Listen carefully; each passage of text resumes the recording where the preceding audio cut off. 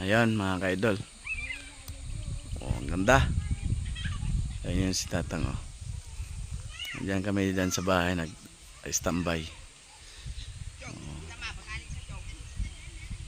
Ang ganda dito sa paligid. Uy! Ganito po yung bahay nila mga ka-idol. Simple lang. Talagang mga tribe agta po sila mga ka-idol dito. So,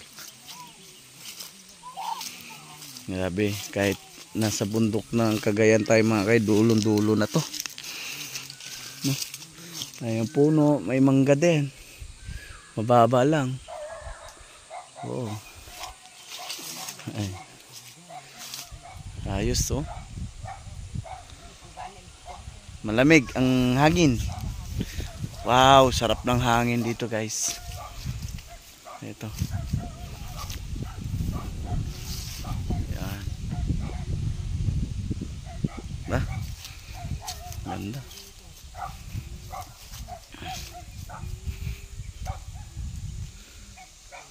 Oh, yan.